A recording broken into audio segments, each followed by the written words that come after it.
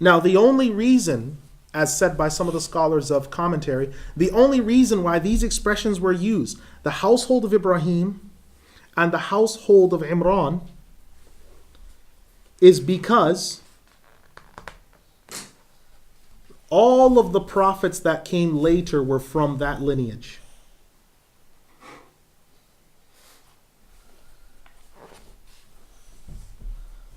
And those mentioned were chosen above all of the creation because of the following reasons. One is that their religion was chosen and preferred over all other religions, as theirs was a revealed religion, as said by Ibn Abbas, Al-Farra, and Al-Dimashqi. Secondly, these people were chosen for prophethood. They were prophets, as mentioned by Al-Hasan, Mujahid, and Muqatil.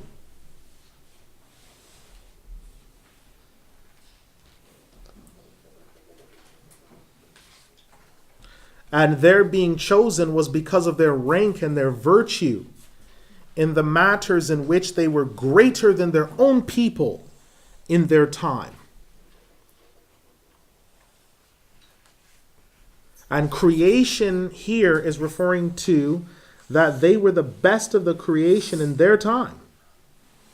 And we already mentioned this in Surah Al-Baqarah. Close quote. Now this is significant, and I'll just give a very brief clarification. So in the ayah in which it refers to the fact that Adam and Nuh were chosen, and so was the household of Ibrahim.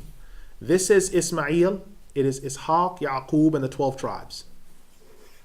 After the era of Nuh and those prophets, all prophethood ran through the Prophet Ibrahim alayhi salam. All of it. Once his era came, the prophethood ran through his lineage. So Ismail, Ishaq, and Yaqub, there are no prophets from that time period that aren't from them. From then on. The Prophet Ayyub alayhi salam was an Arab. He was from Ismail. Prophet Shu'aib alayhi salam was an Arab. He's from Ismail. The prophets Musa, Harun, Azra, they were from the Bani Israel. This is Ishaq from the 12 tribes. The Prophet Isa alayhi salam, the Prophet Yahya alayhi salam, the Prophet Zakaria alayhi salam, Hebrews, Ibraniyin, all from that household. This is what occurred. Then Allah mentions the Ala Imran. Imran is referring to two Imrans. One is Imran, the father of Musa and Harun. Now we know from history and documentation that the father of both these prophets, his name in Hebrew would be Amran, and their mother was Yochabed. So these two, Yochabed and Amram, or in Arabic, Imran, gave birth to these two boys. The Prophet Harun alayhi salam, who was the older brother, and who actually predeceased the Prophet Musa alayhi salam, and the Prophet Musa alayhi salam, the younger brother, and there was a sister that was older than both of them called Mariyam. Not Mariyam, but Mariyam.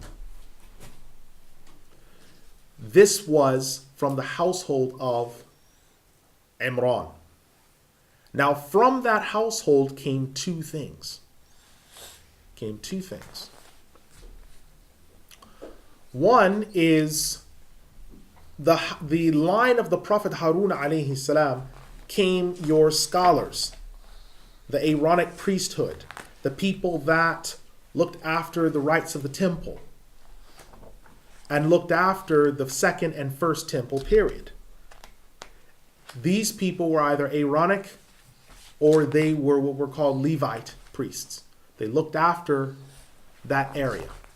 And these people used to go to the tent of meeting when Allah subhanahu wa ta'ala had the tabut among the Bani Israel. And they would receive the commands that Allah had to then teach their people, who would be the imams or the elders in the course of that. Whereas the Prophet Musa alayhi salam, the prophecy and the book bringing and everything channeled through them. Now there was a second Imran that was a big footprint in history. And this is Imran and his wife Hannah. They gave birth to Mariyam as-Siddiqa alayha salam, the mother of the Messiah, the Prophet Isa alayhi salam. That's the second footnote or footprint in history. So Hannah and Amram, to quote the Hebrew, they give birth to Mariyam. And so what you're reading, or what we're going to be coming to in just a moment, where it mentions the wife of Imran, that is Hannah.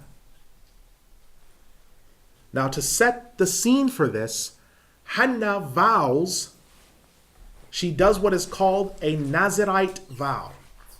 A Nazirite vow is a vow that came from the children of Israel that they did, in which they would not take any wine or any strong drink, they would not cut their hair, and they would live by a certain life of worship. Even they wouldn't touch fruits that were associated with alcohol. So these people never drank, they never ate grapes, and they never drank the juice from grapes, alcohol or not.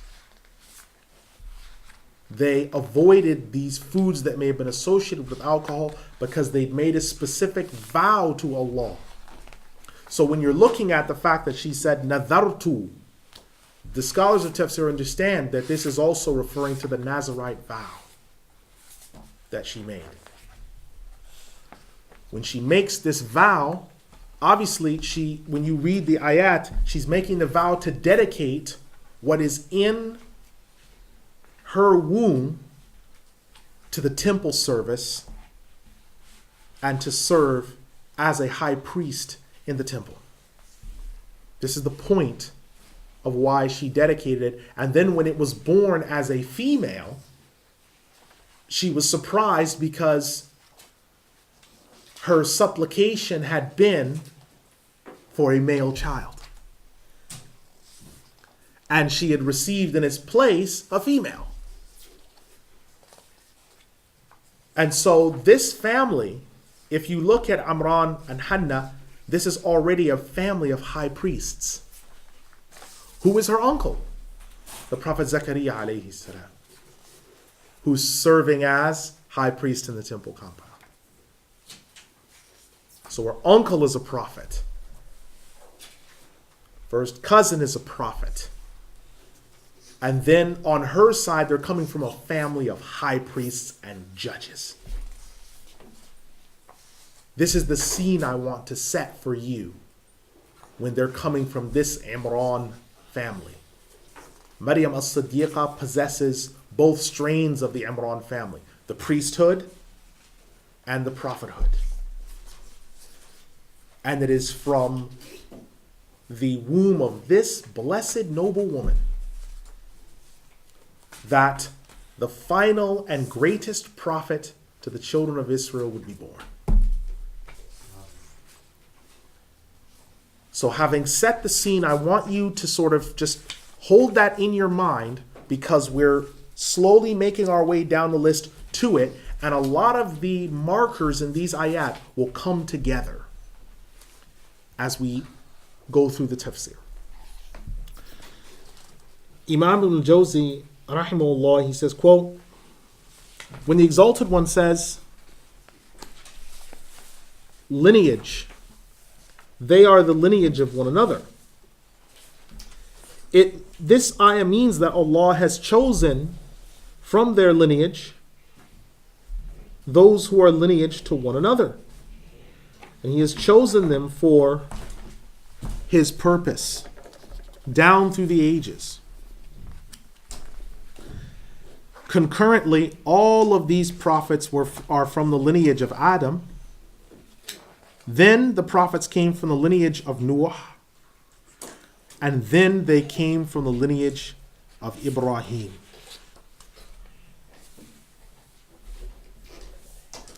So Abu Bakr al-Naqash, he says that the meaning of the ayah, progeny to one another, means that the sons are the progeny of their fathers. And the fathers have given birth to this progeny that's come forward. And it was the only progeny that was given special attention.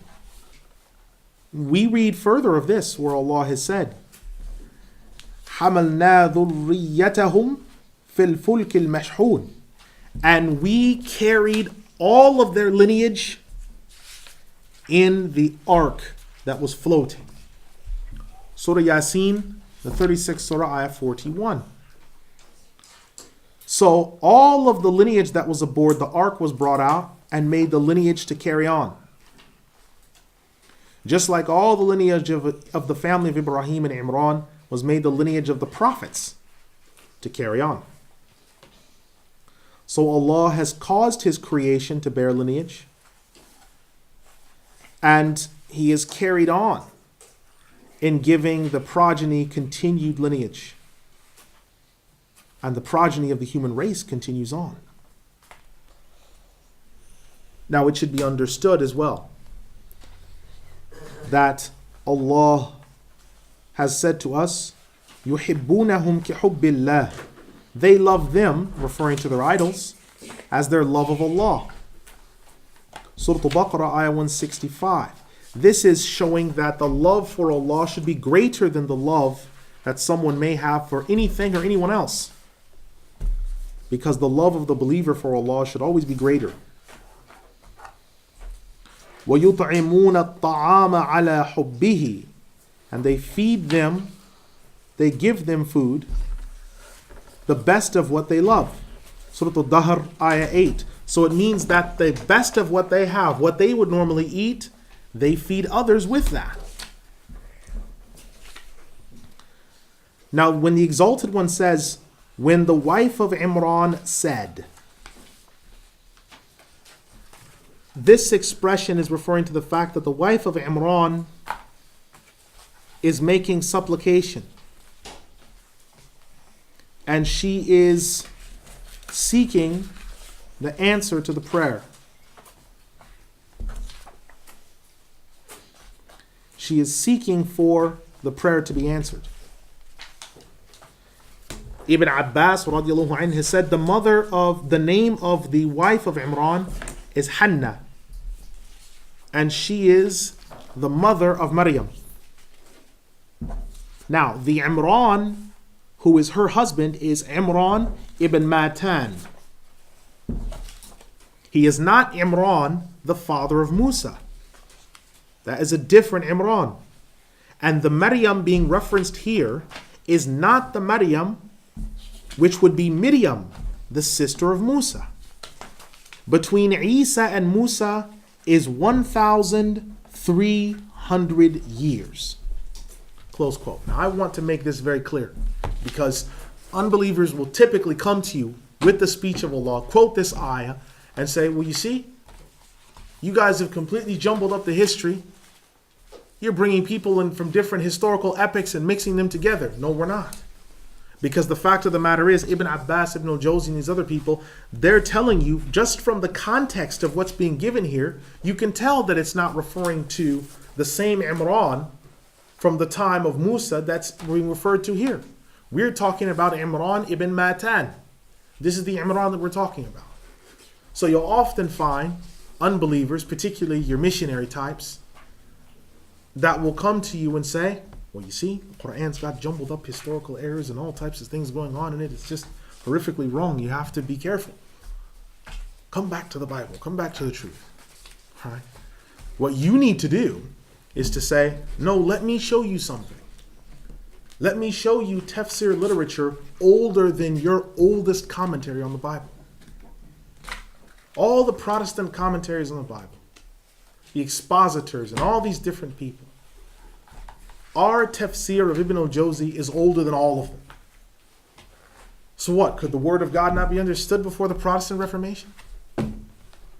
It's significant because this is a constant thing that's being brought on television, on radio, on the internet, written materials by certain, I use the word scholars advisedly, but certain Christian scholars will use this as an argument.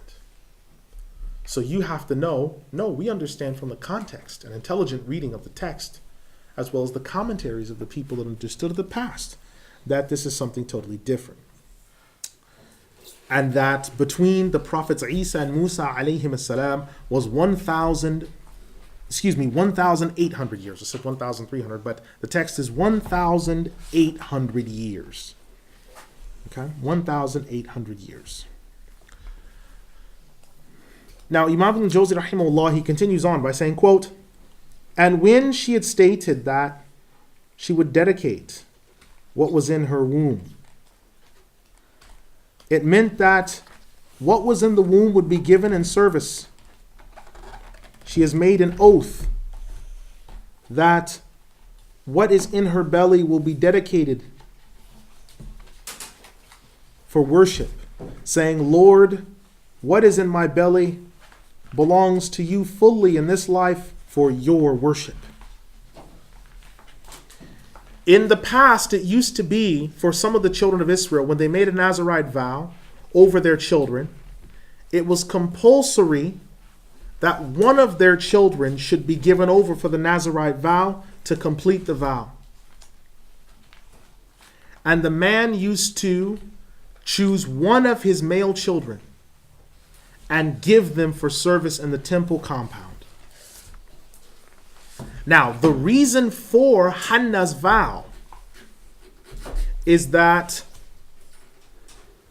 she had not had a child until she was advanced in years. And she was scared and called on Allah and asked that He bestow on her a child.